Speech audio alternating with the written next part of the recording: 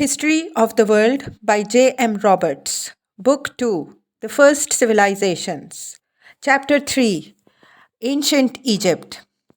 Mesopotamia was not the only great river valley to cradle a civilization, but the only early example to rival it in the antiquity and staying power of what was created was that of Egypt. For thousands of years after it had died, the physical remains of the first civilization in the Nile Valley fascinated men's minds and stirred their imaginations. Even the Greeks were bemused by the legend of the cult wisdom of a land where gods were half men, half beasts, and people still waste their time trying to discern a supernatural significance in the arrangement of the pyramids. Ancient Egypt has always been our greatest visible inheritance from antiquity. The richness of its remains is one reason why we know more about Egyptian than about Mesopotamian history. In another way, too, there is an important difference between these civilizations. Because Sumerian civilization appeared first, Egypt could benefit from its experience and example. Exactly what this meant has been much debated. Mesopotamian contributions have been seen in the motifs of early Egyptian art, in the presence of cylinder seals at the outset of Egyptian records, in similar techniques of monumental building in brick, and in the debt of hieroglyph, the pictorial writing of Egypt to early Sumerian script. That there were important and fruitful connections between early Egypt and Mesopotamia seems incontestable, but how and why their first encounters came about may never be known. The earliest archaeological evidence of contact comes from the 4th millennium BC, and when Sumerian influence first came to bear it was probably by way of the peoples settled in the delta of the Nile. It operated there at the very north of the feature, which, above all, differentiated Egypt's history from that of any other center of civilization. The Nile itself, the heart of Egypt's prehistory, as of its history. Egypt was defined by the Nile and the deserts which flanked it. It was the country the river watered, one drawn out straggling oasis. In prehistoric times, it must also have been one great marsh, 600 miles long, and except in the delta, never more than a few miles wide. From the start, the annual floods of the river were the basic mechanism of the economy and set the rhythm of life on its banks. Farming gradually took root in the beds of mud deposited higher and higher year by year. But the first communities must have been precarious and their environment semi aquatic. Much of their life has been irrecoverably swept away to the delta silt beds. What remain of the earliest times are things made and used by the peoples who lived on the edge of the flood areas or on occasional rocky projections within it or at the valley sides. Before 4000 BC, they began to feel the impact of an important climatic change. Sand drifted in from the deserts and desiccation set in. Armed with elementary agricultural techniques, these people could move down to work the rich soils of the floodplain. From the start, therefore, the river was the bringer of life to Egypt. It was a benevolent deity whose never failing bounty was to be thankfully received, rather than the dangerous, menacing source of sudden, ruinous inundations like those in which the men of Sumer struggled to make land out of watery waste. It was a setting in which agriculture, though introduced later than in Levant and Anatolia, gave a quick and rich return and perhaps made possible a population explosion which released its human and natural resources. Although, as signs of contact in the 4th millennium BC show, Sumerian experience may have been available as a fertilizing element. It cannot be said that it was decisive. There always existed a potential for civilization in the Nile Valley, and it may have needed no external stimulus to discharge it. It is at least obvious when Egyptian civilization finally emerged that it is unique, unlike anything we can find elsewhere. The deepest roots of this civilization have to be pieced together from archaeology and later tradition. They reveal settled people in Upper Egypt, the south, that is, up the Nile in Neolithic times. From about 5000 BC, such peoples were hunting, fishing, gathering crops, and finally embarking on purposeful cultivation in the valley. They lived in villages grouped around market centers and seemed to have belonged to clans which had animals as symbols or totems. These they copied on their pottery. This was the basis of the eventual political organization of Egypt, which began with the emergence of clan chiefs controlling the regions inhabited by their followers. At an early stage, these peoples already had several important technological accomplishments in their credit, though they do not seem such advanced farmers as those of other parts of the ancient Near East.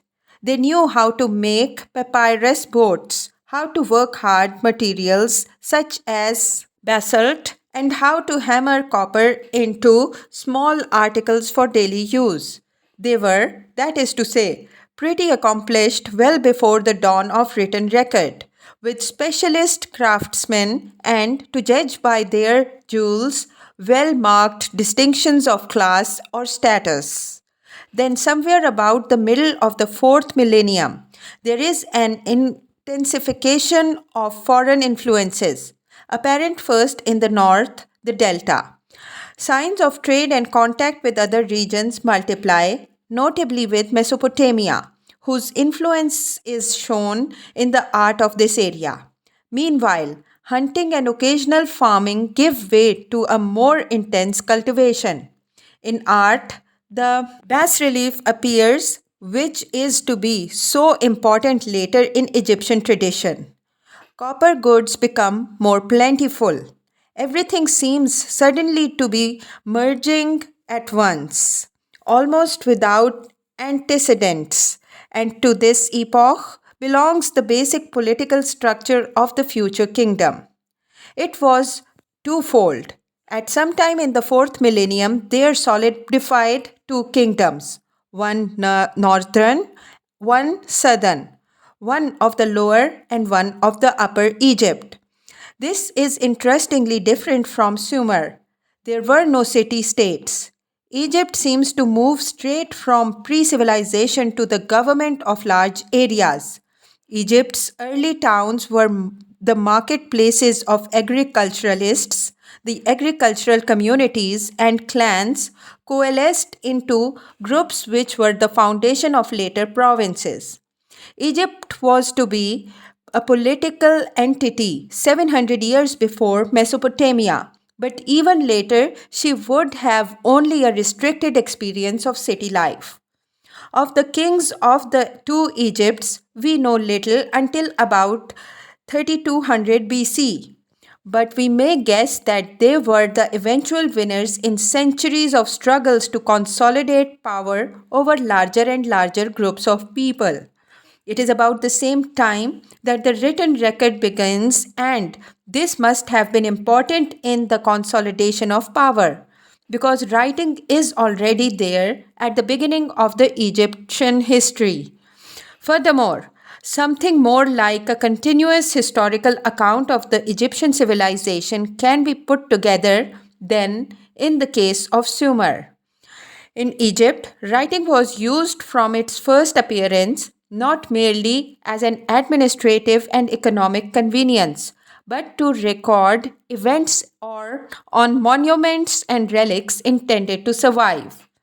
In about 3200 BC, The records tell us a great king of Upper Egypt, Menes, conquered the north. Egypt was thus unified in a huge state, 600 miles long, running up the river as far as Abu Simbel. It was to be even bigger then and to extend even further up the great river, which was its heart, and it was also to undergo disruption from time to time. But this is effectively the beginning of a civilization which was to survive into the age of classical Greece and Rome.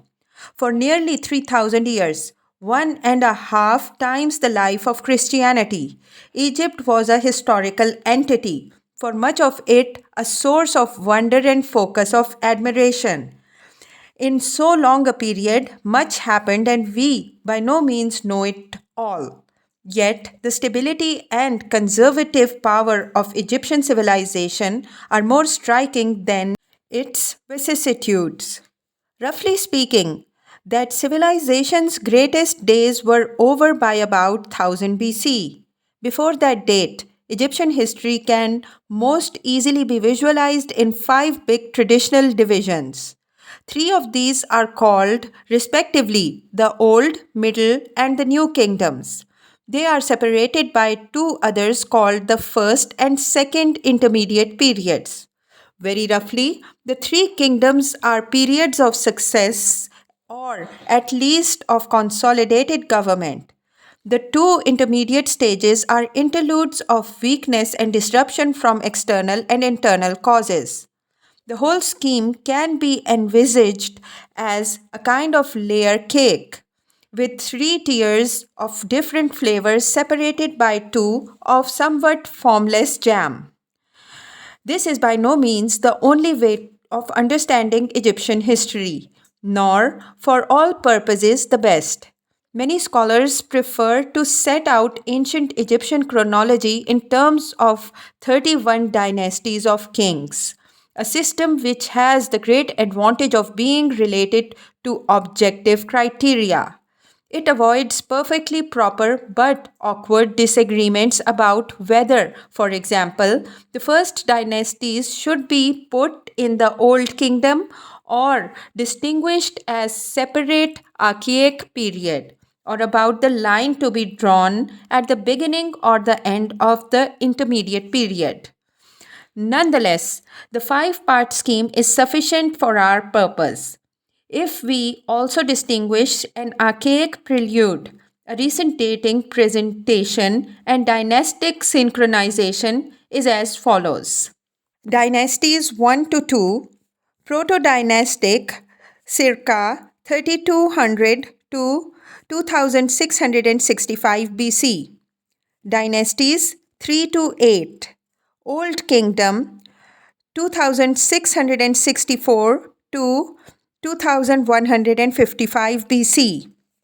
Dynasties 9 to 11, First Intermediate 2154 to 2052 BC. Dynasty 12, Middle Kingdom 2052 to 1786 BC. Dynasties 13 to 17, Second Intermediate 1785 to 1554 BC. Dynasties 18 to 20, New Kingdom 1554 to 1075 BC. This takes us down to the time at which, as in Mesopotamian history, there is something of a break, as Egypt is caught up in a great series of upheavals originating outside its own boundaries, to which the overworked word crisis can reasonably be applied. True, it is not until several more centuries have passed that the old Egyptian tradition really comes to an end. Some modern Egyptians insist on a continuing sense of identity among Egyptians since the days of the pharaohs. Nonetheless, somewhere about the beginning of the first millennium is one of the most convenient places at which to break the story. if only because the greatest achievements of the Egyptians were by then behind them. These were, above all, the work of and centered in the monarchical state. The state form itself was the expression of Egyptian civilization. It was focused first at Memphis, whose building was begun during the lifetime of Menes, and which was the capital of the Old Kingdom. Later, under the New Kingdom, the capital was normally at Thebes, though there were also periods of uncertainty about where it was. Memphis and Thebes were great religious centers and palace complexes. They did not really progress beyond this to true urbanism.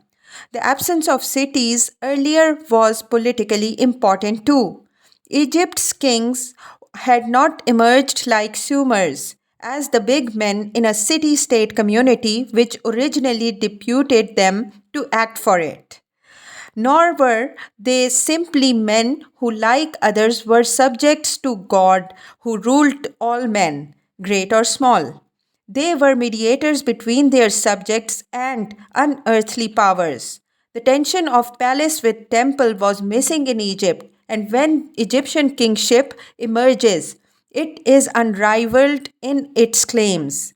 The pharaohs were to be gods, not servants of gods. It was only under the new kingdom that the title pharaoh came to be applied personally to the king.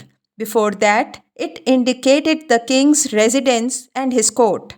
Nonetheless, at a much earlier stage, Egyptian monarchs already had the authority which was so to impress the ancient world.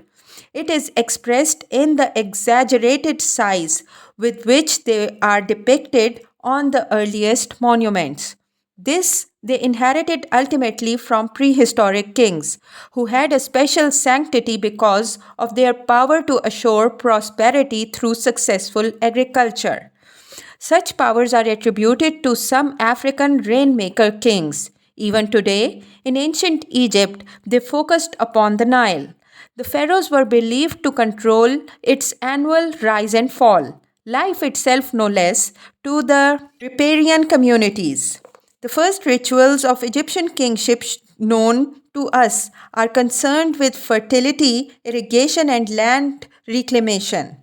The earliest representations of Menes show him excavating a canal. Under the Old Kingdom, the idea appears that the king is the absolute lord of the land. Soon, he is venerated as a descendant of the gods, the original lords of the land. He becomes a god, Horus, son of Osiris, and takes on the mighty and terrible attributes of the divine maker of order. The bodies of his enemies are depicted hanging in rows like dead game birds or kneeling in supplication, lest, like less fortunate enemies, their brains are ritually dashed out. Justice is what Pharaoh loves, evil what Pharaoh hates. He is divinely omniscient and so needs no code of law to guide him. Later, under the New Kingdom, the pharaohs were to be depicted with the heroic stature of the great warriors of their contemporary cultures. They are shown in their chariots, mighty men of war, trampling down their enemies and confidently slaughtering beasts of prey. Perhaps a measure of secularization can be inferred in this change, but it does not remove Egyptian kingship from the region of the sacred and awesome. He is a god by whose dealings one lives, the father and mother of all men, alone by himself without an equal, wrote one of the civil chief servants of the pharaoh as late as about 1500 BC. Until the Middle Kingdom, only he had an afterlife to look forward to. Egypt, more than any other Bronze Age state, always stressed the incarnation of the gods in the king, even when that idea was increasingly exposed by the realities of life in the New Kingdom and the coming of iron. Then the disasters which befell Egypt at the hands of foreigners would make it impossible to continue to believe that Pharaoh was God of all the world. But long before this, Egyptian state had acquired another institutional embodiment and armature, an elaborate and impressive hierarchy of bureaucrats. At its apex were viziers, provincial governors, and senior officials who came mainly from the nobility. A few of the greatest among these were buried with a pomp rivaling that of the pharaohs. Less eminent families provided the thousands of scribes needed to staff and service an elaborate government directed by the chief civil servants. The ethos of this bureaucracy can be sensed through the literary texts which list the virtues needed to succeed as a scribe: application to study, self control, prudence, respect for superiors, scrupulous regard for the sanctity of weights, measures, landed property, and legal forms. The scribes were trained in a special school at Thebes, where not only the traditional history and literature or command of various scripts were taught, but it seems surveying, architecture, and accountancy also. The bureaucracy directed a country most of whose inhabitants were peasants. They cannot have lived wholly comfortable lives, for they provided both the conscript labor for the great public works of the monarchy and the surplus upon which a noble class, the bureaucracy, and a great religious establishment could subsist. Yet the land was rich and was increasingly mastered with irrigation techniques established in a pre dynastic period, probably one of the earliest manifestations of the unsurpassed capacity to mobilize collective efforts, which was to be one of the landmarks of Egyptian government. Vegetables, barley, and myrrh were the main crops of the fields laid out along the irrigation channels. The diet they made possible was supplemented by poultry, fish, and game, all of which figure plentifully in Egyptian art. Cattle were in use for traction and plowing at least as early as the Old Kingdom. With little change, this agriculture remained the basis of life in Egypt until modern times. It was sufficient to make her the granary of the Romans. On the surplus of this agriculture, there also rested Egypt's own spectacular form of conspicuous consumption, a range of great public works in stone unsurpassed in antiquity. Houses and farmhouses in ancient Egypt were built in the mud brick already used before dynastic times. They were not meant to outface eternity. The palaces, tombs, and memorials of the pharaohs were a different matter. They were built of the stone abundantly available in some parts of the Nile Valley, though they were carefully dressed, first with copper and then with bronze tools, and often elaborately incised and painted. The technology of utilizing this material was far from complicated. Egyptians invented the stone column, but their great building achievement was not so much architectural and technical as social and administrative. What they did was based on an unprecedented and almost unsurpassed concentration of human labor. Under the direction of a scribe, thousands of slaves and sometimes regiments of soldiers were deployed to cut and manhandle into position the huge masses of Egyptian building. With only such elementary assistance was as was available from levers and sleds. No winches, pulleys, blocks, or tackle existed, and by the building of colossal ramps of earth, a succession of still startling buildings was produced. They began under the third dynasty. The most famous are the pyramids, the tombs of the kings, at Saqqara near Memphis. One of these, the Step Pyramid, was traditionally seen as the masterpiece of the first architect, whose name is recorded Imhotep, chancellor to the king. His work was so impressive that he was later to be deified, as well as being revered as physician, astronomer, priest, and sage. The beginning of the building in stone was attributed to him, and it is easy to believe that the building of something so unprecedented as the 200-foot high pyramid was seen as evidence of godlike power. It and its companions rose without peer over a civilization which until then lived only in dwellings of mud. A century or so later, blocks of stone of 15 tons apiece were used for the pyramid of Cheops or Khufu.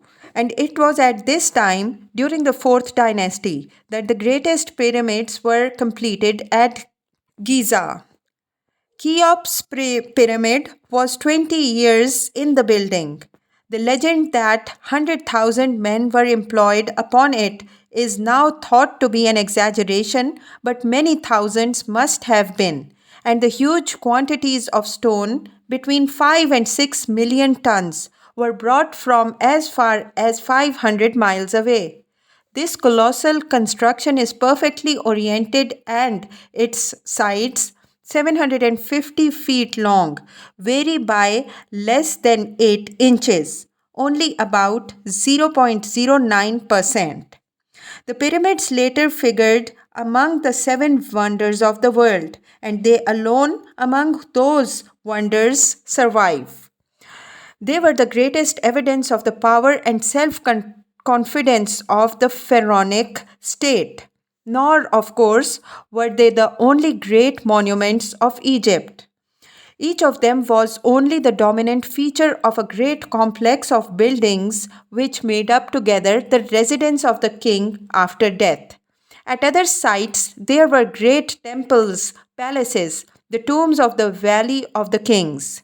These huge public works were, in both the real and figurative sense, the biggest things the Egyptians left to posterity. They make it less surprising that the Egyptians were later also reputed to have been great scientists. People could not believe that these huge monuments did not rest on the most refined mathematical and scientific skill. Yet, this is an invalid inference and untrue. Though Egyptian surveying was highly skilled, it was not until modern times that a more than elementary mathematical skill became necessary to engineering. It was certainly not needed for the erection of the pyramids.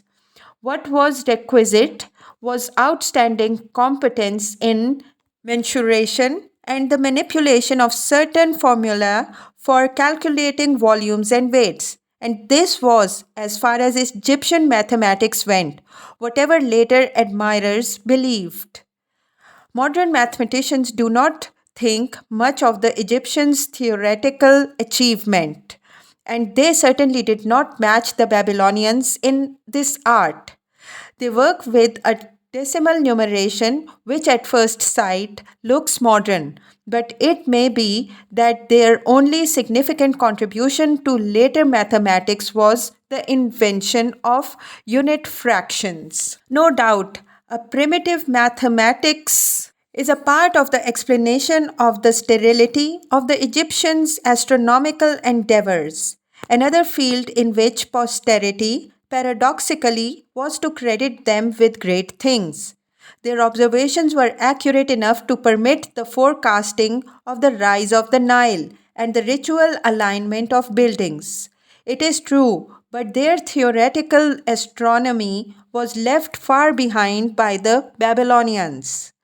The inscriptions in which Egyptian astronomical science was recorded were to command centuries of awed respect from astrologers, but their scientific value was low and their predictive quality relatively short term. The one solid work which rested on the Egyptians' astronomy was the calendar. They were the first people to establish the solar year of 365 and 1/4 days, and they divided it into 12 months, each of 3 weeks of 10 days, with 5 extra days at the end of the year. An arrangement, it may be remarked, to be revived in 1793 when the French revolutionaries sought to replace the Christian calendar by one more rational.